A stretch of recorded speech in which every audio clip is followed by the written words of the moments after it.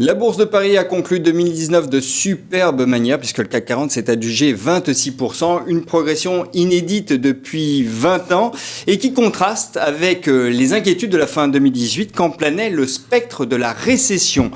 Si la crainte de la récession s'est dissipée l'an dernier, ce qui a contribué bien évidemment à l'envolée des marchés actions, 2019 a tout de même vu certaines inquiétudes se matérialiser, notamment du côté des fonds en euros, avec la glissade des taux des obligations d'État en territoire négatif. Alors après cette année contrastée, paradoxale même, à quoi s'attendre en 2020 ? Quelle stratégie privilégier pour gérer son patrimoine? Pour nous aider à y voir plus clair, nous recevons Pierre Sabatier. Pierre, bonjour. Bonjour Vincent. Alors Pierre, vous êtes économiste et vous présidez le cabinet d'analyse économique PrimeView.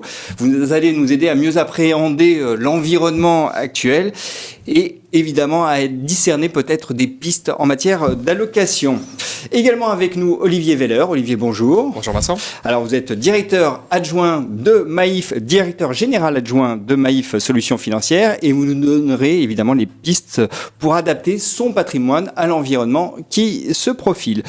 Tout aussi indispensable à ce live, Thomas Fayat. Thomas, bonjour. Bonjour Vincent. Alors Thomas, vous êtes responsable régional chez Maïf Solutions Financières et vous serez notre modérateur, c'est-à-dire que vous allez recueillir les questions des internautes tout au long de ce live et puis vous les relayerez à la fin de l'échange entre Pierre et Olivier, échange qui durera 25 minutes environ et puis nous aurons entre 15 et 20 minutes pour les questions.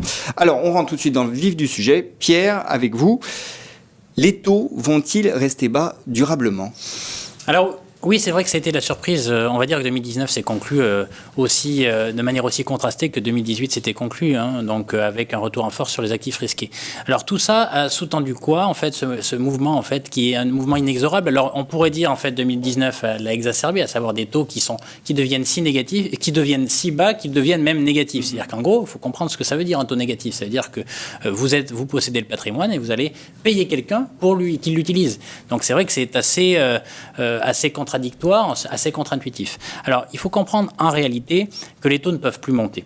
C'est-à-dire qu'aujourd'hui, on a un niveau, donc là, à la réponse, est-ce que les taux vont rester durablement bas ? La réponse est oui, pour deux raisons. La première, c'est qu'en fait, le bon niveau de taux d'intérêt dans une société, c'est pas une grande formule mathématique. C'est la simple réponse à la question de quel est le niveau de taux d'intérêt soutenable par les agents privés qui font notre société ? Les agents privés, c'est qui ? C'est vous. Vous et moi, à savoir vous en tant que consommateur, vous en tant qu'entreprise.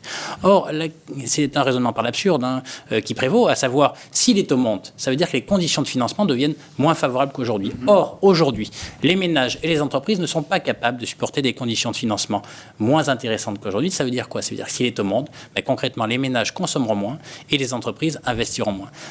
Et ça, concrètement, ça voudra dire aussi que les taux de croissance redescendront et à nouveau redégringoleront jusqu'à nous amener en récession. Il faut également prendre en compte le niveau de dette des États.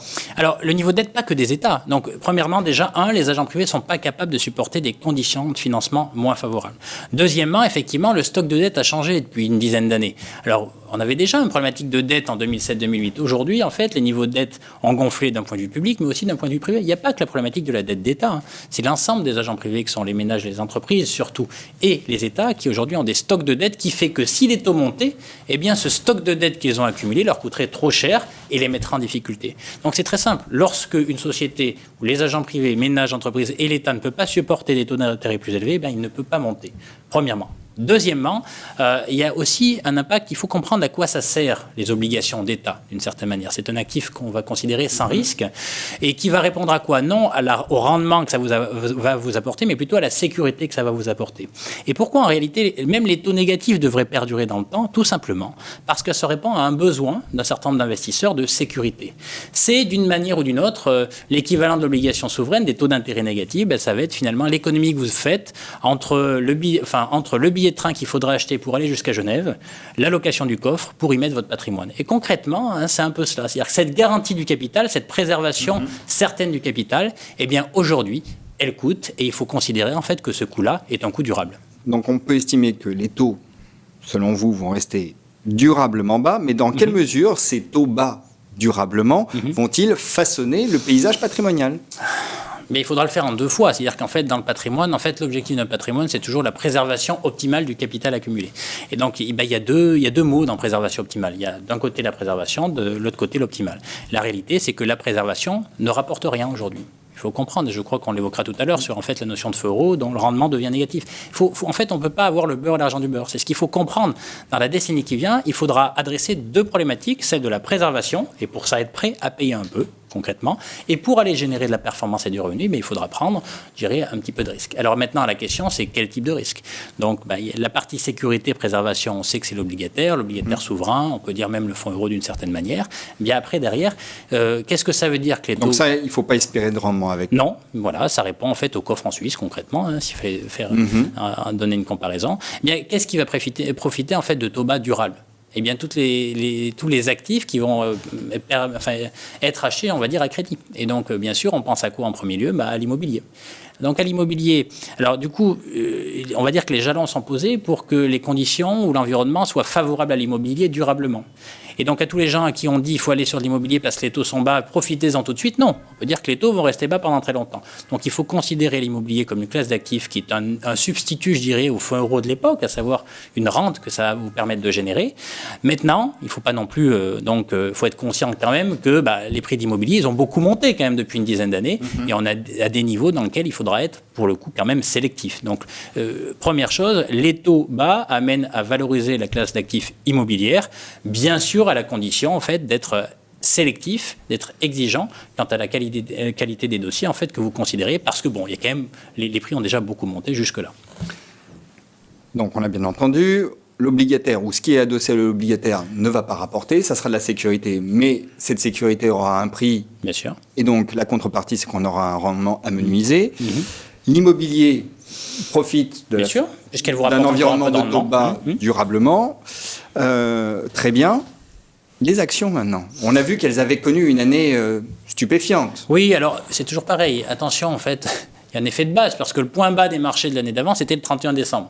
Donc voilà, forcément, vous regardez l'année du 31 décembre au 31 décembre qui suit, donc plus 26, c'est formidable. Il ne faut pas quand même oublier, en fait, les moins 15 de l'année qui a précédé. Donc soyons toujours conscients des deux côtés de la montagne. Maintenant, on ne peut pas nier, d'ailleurs, les médias, en fait, l'ont bien révélé, à savoir que le CAC 40 a dépassé les 6000 points, ça faisait maintenant bien longtemps, en fait, qu'on ne les avait pas vus. Et donc, l'environnement était plutôt favorable aux actifs risqués. J'émettrais peut-être un bémol supplémentaire par rapport à la classe d'actifs immobiliers. Alors la bonne nouvelle pour les actions, c'est quand il y a des niveaux de taux qui sont si bas, ça veut dire que les entreprises... Une action, c'est quoi? C'est pas autre chose qu'une entreprise qu'on achète. C'est un titre de propriété d'une entreprise. Donc forcément, lorsque les taux d'intérêt sont bas, ça veut dire quoi? C'est-à-dire que les conditions de financement de l'entreprise, l'avantage vont lui permettre d'avoir des marges qui vont être relativement importantes. Donc ça les protège. Maintenant, il ne faut pas oublier qu'une entreprise, c'est pas comme l'immobilier, c'est pas un loyer. Une entreprise, elle fabrique des choses ou elle produit des services, ensuite il faut les vendre. Et donc là se pose la question du débouché. Et ce qui nous inquiète un peu plus sur le monde des actions, c'est qu'aujourd'hui, on est quand même dans des niveaux de croissance dans l'ensemble de nos pays riches qui sont des croissances qui sont faibles, qui ont tendance à ralentir. Alors certes, on a des conditions de financement favorables, mais qui nous interrogent quant à la capacité des entreprises à toujours trouver les débouchés nécessaires à ce que leur compte reste dans le vert. Et en fait, c'est un peu ce sujet-là. On a 2 dimensions, des entreprises qui sont éprouvent des difficultés, ont des profits qui sont soit stagnants, soit en baisse, et pour autant des marchés actions qui montent. Et bien, cette déconnexion avec l'économie réelle, pour le coup, a tendance à nous inquiéter. Alors, ça ne veut pas dire qu'il ne faut pas faire d'action. Ça veut dire qu'encore plus que dans l'immobilier, il va falloir devenir extrêmement sélectif au regard de la cherté des marchés actions. Mais les taux bas soutiennent les marchés actions. Bien sûr. Bien sûr, mais en fait, la question n'est pas celui de est-ce que ça doit monter. La question, c'est pas est-ce qu'il y a assez d'argent pour que ça monte. Il y a beaucoup d'argent à investir aujourd'hui sur le marché. La question, c'est un peu référence à Johnny, quoi. À un moment donné, c'est l'envie d'avoir envie. C'est-à-dire que vous avez l'argent, mais après, il faut acheter quelque chose avec cet argent. Et là se pose la question de ce que vous achetez, de la qualité de ce que vous achetez. Et aujourd'hui, vous achetez des actions, parfois, qui sont, entre guillemets, de piètre qualité à un niveau de prix qui est assez cher. Et donc, vous voyez, ça pose les jalons, en fait, d'un marché qui serait probablement un marché contrasté, à savoir avec des gens qui méritent d'être achetés relativement cher, mais d'autres qui ne le méritent pas. Et lorsqu'on est dans un environnement dans lequel, en fait, la croissance a tendance à ralentir, eh bien, c'est là où il devient probable que les mauvais élèves se révèlent être mauvais élèves et que les bons se révèlent être bons élèves. Et aujourd'hui, en fait, on a eu des conditions qui faisaient que les mauvais ont été traités comme les bons. Et donc voilà, il faut simplement être bien sélectif pour que, si jamais on a reconnexion avec la réalité économique, ne pas avoir les mauvais en portefeuille et simplement préserver les bons. Alors Pierre nous a dressé à l'instant le paysage qui se dessine selon lui. Olivier, vous avez écouté attentivement. Comment on traduit ces éléments dans la gestion de son patrimoine selon vous? Alors, la première traduction concrète, c'est l'impact sur son patrimoine des rendements négatifs avec l'évolution des fonds euros. On était déjà rentré finalement dans un rendement réel négatif, c'est-à-dire le rendement brut, moins l'inflation, moins les prélèvements sociaux. Et ça, on l'oublie un peu souvent. Oui, on l'oublie un peu souvent parce que quand vous avez sur votre compte, sur votre relevé de compte 1%, 1,5%, en réalité, quand vous enlevez la fiscalité et quand vous enlevez l'inflation, vous perdez du pouvoir d'achat. Donc, quand on est rentré il y a 1 ou 2 ans en territoire négatif, on se disait ça pourra peut-être remonter si les taux obligataires remontent. Je vous rappelle que depuis 2 ans, les économistes nous annoncent que en fin d'année, les taux vont remonter. Et finalement, aujourd'hui, la certitude, pas tous, Pierre ne l'annonçait pas, effectivement, mais une certitude qu'on peut partager de manière beaucoup plus large aujourd'hui, c'est que les taux ne vont pas remonter avant longtemps. Et ça veut dire que les perspectives du fonds euro sont des perspectives finalement que l'on connaît et qui sont relativement négatives.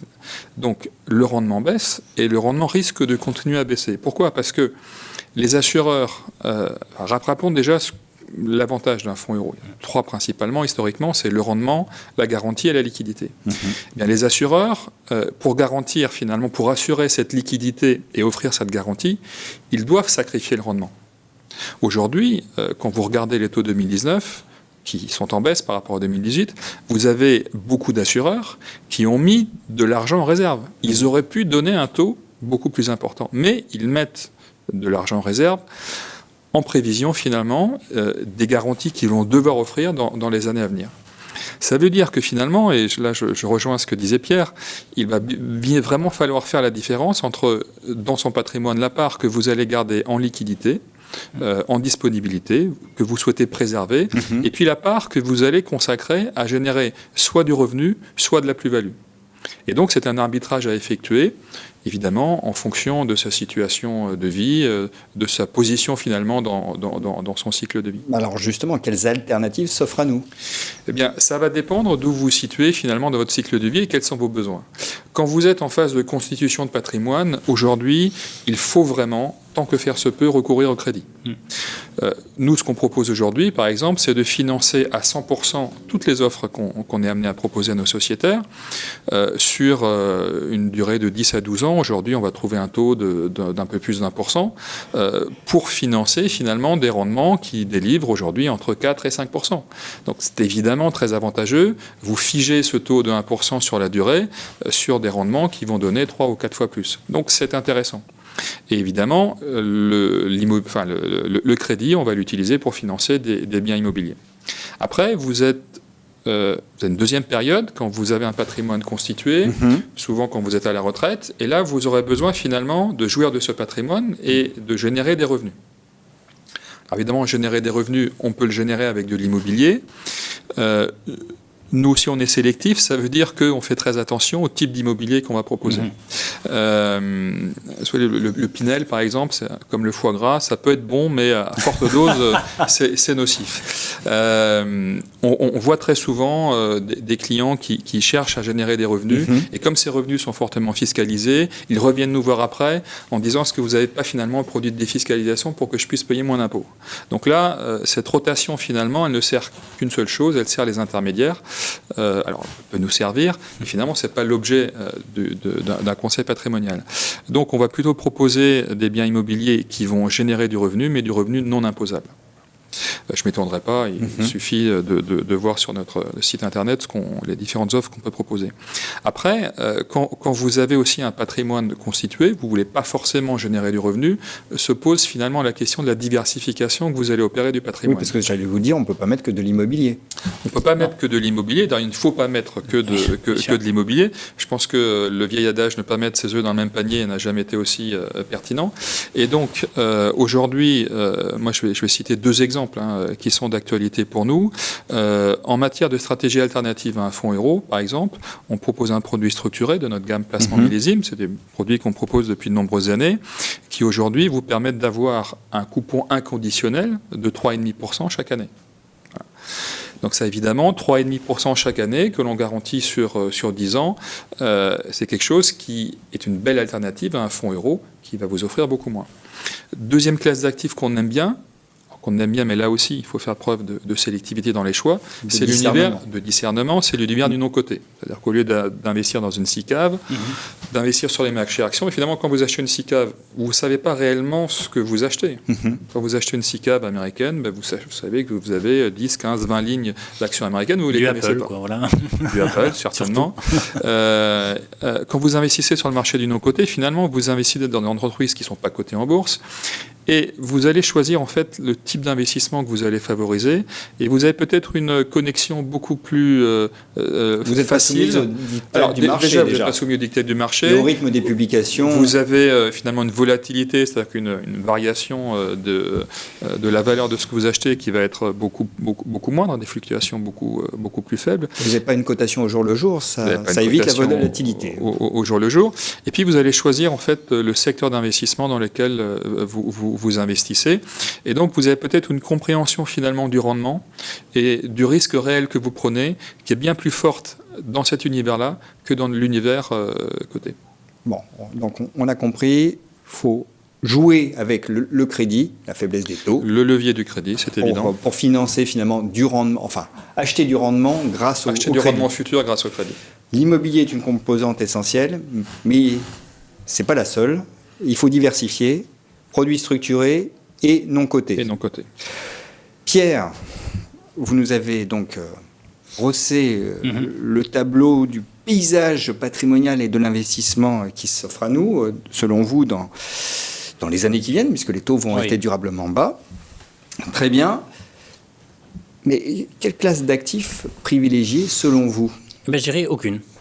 Voilà, donc comme ça, c'est fait. Aucune. À savoir qu'en fait, il n'est pas temps. Aujourd'hui, le monde est si incertain, donc avec des forces positives, mais aussi des forces négatives, qu'il n'est pas le temps de faire des choix. C'est-à-dire qu'en gros, de tout mettre sur le set concrètement. Donc au contraire, la notion de diversification, elle est extrêmement importante aujourd'hui pour une bonne gestion de patrimoine. Après, une fois qu'on a dit ça, on n'a rien dit. C'est-à-dire qu'il faut être en capacité justement d'être très sélectif à l'intérieur d'eux. Le risque principal, c'est pas en fait d'avoir une classe d'actifs plutôt qu'une autre. Le risque principal, c'est d'avoir des mauvais acteurs, des gens qui ne sont pas bons à l'intérieur de votre portefeuille, quelle que soit la classe d'actifs que vous considérez. C'est vrai pour l'immobilier, c'est vrai pour le non-coté, c'est vrai pour les actions cotées, c'est vrai pour l'obligataire de la même manière. Donc toutes les classes d'actifs aujourd'hui sont chères. C'est un état de fait, c'est normal avec des niveaux de taux qui sont aussi faibles. Donc la vraie clé, c'est pas tellement faire le choix d'une classe d'actifs, c'est d'être extrêmement exigeant et sélectif quant au titre que vous allez acheter, que ce soit sous forme obligataire, quant au lieu que vous allez acheter sous forme immobilière, quant à la forme que vous allez privilégier. Donc vraiment, c'est la notion de sélection.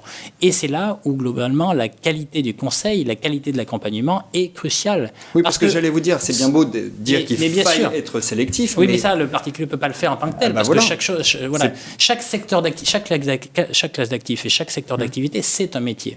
Et je dirais qu'en fait, attention à ne pas se bercer de douce euphorie, ou de douce illusion plutôt, parce que nous sortons finalement d'une décennie facile. Et c'est ça qu'il faut bien comprendre. C'est-à-dire que d'un point de vue patrimonial, nous sortons d'une décennie facile, tout simplement parce qu'il y avait beaucoup d'épargne à investir, ça fait monter beaucoup de choses. Et en plus, les banques centrales, à travers des politiques monétaires qui ont été très agressives, très en soutien des marchés, finalement, ont fait monter le niveau de l'eau de tout. En fait, on en est à un moment où, globalement, les promesses qui ont été réalisées doivent se transformer en réalité. Et certains ne transformeront pas les promesses qu'ils ont faites en réalité économique. Et là, pour le coup, il y aura des illusions. Donc c'est pour ça que j'ai envie de dire qu'on n'est presque pas besoin d'être sélectif et exigeant durant toute la décennie 2010. Mais il est extrêmement peu probable que la décennie 2020 ressemble à la décennie 2010. Donc, tous les gens qui vous disent « j'ai la solution », non. Il n'y a pas une solution. Il y a probablement de la diversification, surtout dans un monde dans lequel, aussi risqué, avec des risques géopolitiques, politiques, des risques et des opportunités, géopolitiques, politiques, environnementaux, etc., et de croissance, et démographique, bien sûr, donc qui fait qu'on ne peut pas en fait choisir l'une plutôt que l'autre, mais par contre, il faut être extrêmement exigeant parce qu'on se rapproche du moment où il y aura forcément connexion entre la réalité économique des entreprises, de l'immobilier, et je dirais la valorisation des actifs. Donc, sélectivité et qualité de l'accompagnement. Voilà, faites confiance à des vrais professionnels.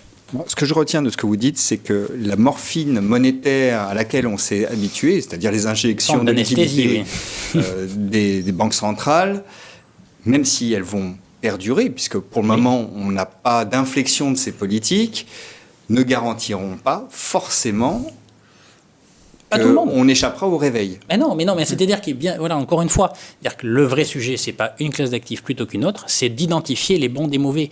Parce que lorsque tout va bien, eh bien, le mauvais se comporte comme le bon. La problématique, c'est lorsqu'en fait le temps devient un petit peu moins, voilà, je dirais, favorable. Eh bien là, on va voir se révéler des acteurs individuels qui ne sont pas en capacité en fait de survivre. Et donc attention, lorsqu'on a un titre. Parce qu'on dit souvent, en fait, c'est jamais la fin du monde. C'est vrai. Quand vous achetez, par exemple, un indice action, ce n'est jamais la fin du monde. Il ne va jamais à zéro, jamais.